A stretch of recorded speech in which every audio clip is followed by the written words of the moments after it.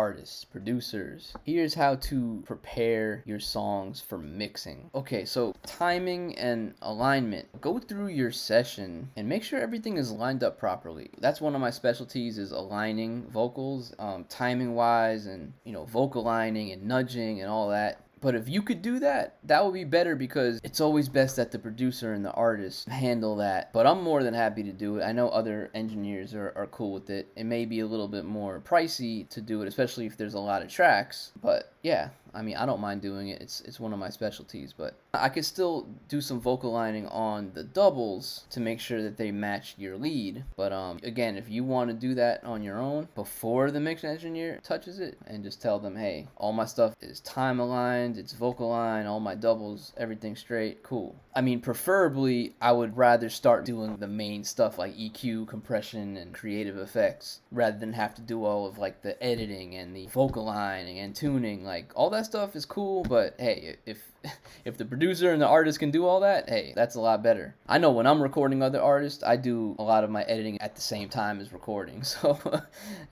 I'm used to doing it that way. Yeah, another thing is making sure that there's no additional noise in between vocals. A lot of times I end up having to do this, removing any unwanted breaths, removing noises or that's in between words. I'll sometimes have to zoom in really close and clip gain stuff down, or just completely delete stuff, because it's just unnecessary. Especially once you start adding compression, it's going to bring a lot of that stuff up, and you don't want that. So it's always best to have really clean vocals with no other extra added noise in there. And trust me, I got a lot of messy looking stems that I gotta go through and edit. Speaking of editing, comping vocals. Now, I'm also pretty good at comping vocals. I know I've mentioned it in a previous video, but like, let's say you record 5 takes of the first verse. Comping is basically taking the best parts and editing them together to make one good take. Piece it together like a puzzle. I don't mind doing that, but if, the artist, producer, and recording engineer, if you guys can do it, of course that would be better. That would take a lot of work off of the mix engineer, but we don't mind doing it. A little bit of a higher price, of course, but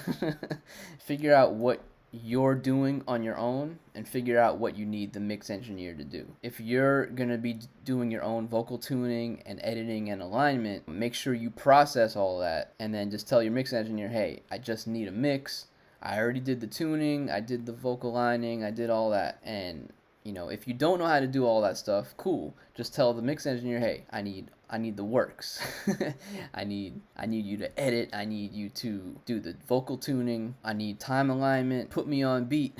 I need you to put me on beat. For the beat, listen close. It's not the mix engineer's job to arrange your shit. Have the beat fully arranged how you want it. Make sure it's arranged before the mix engineer gets it, because they're gonna charge you way extra. That's like additional production if I'm sitting there arranging your beats, man.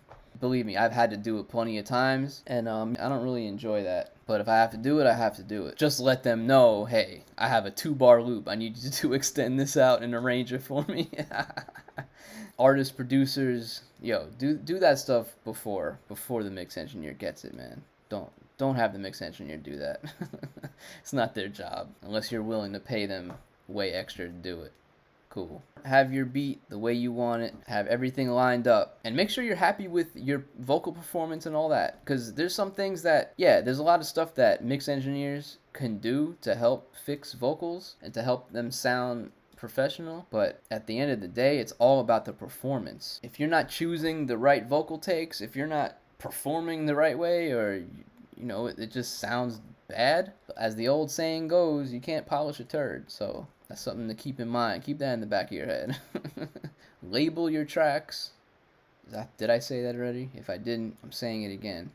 Label your tracks. If you have to retitle it to something easier that the mix engineer can understand, make it easy. Once you choose a mix engineer, have that conversation with them, how they would like the files to be delivered. Now, I can tell you how I like my files delivered. Generally, I would prefer to get just wave stems. This way, if I don't have a certain plugin that they used, there's not going to be any issue, because I'll have them print it to the stem. And that's what you should do. Print all of your effects to your stems. And I know I've said this in a couple of other videos, but whatever processing on your individual multi-tracks of the beat, whatever's on your vocals that you like, like, print it. Now, there's ways to route your delays and reverbs to where they're at 100% wet on their own stems. So this way I have the reverb stem by itself and a delay stem by itself. You know, you have certain compressors that you like.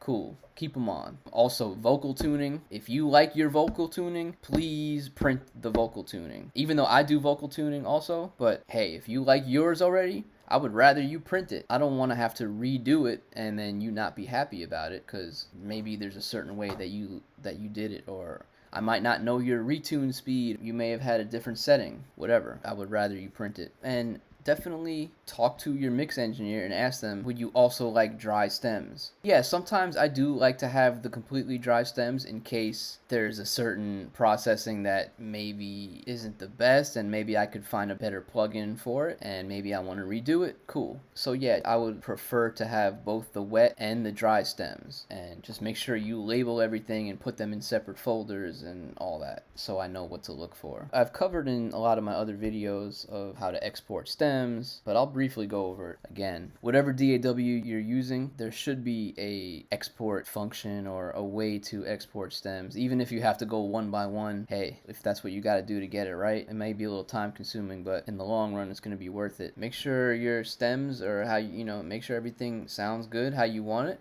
As I've said in previous videos, export everything at 32-bit wave for the best quality. In case something goes over 0 dB when you're exporting, if it's at 32-bit, you'll never clip. Now, if you do have bus processing on your entire mix, depending on what DAW you use, you may have to solo each track and export everything one by one so it can go through whatever processing you have. And again, if you don't care about that and you want to just send it as is, cool. But again, that's something that you want to talk to your mix engineer to see, because whatever processing you have, it may make a difference, you know, or maybe it won't. Just talk with your mix engineer, let them know what you did and how you processed it, and maybe the mix engineer can do something similar or better, most likely better, and take it to the next level. After you render and export all of your stems, multi-tracks, however you want to call them, open a new session, re-import everything you just did, and play it back. Make sure it sounds exactly how you want it. If something is not the same as your rough mix or how you had it in your session, then you did something wrong, and go back and export it again. And lastly, hey, you want me to mix one of your songs? Hit the link in the description.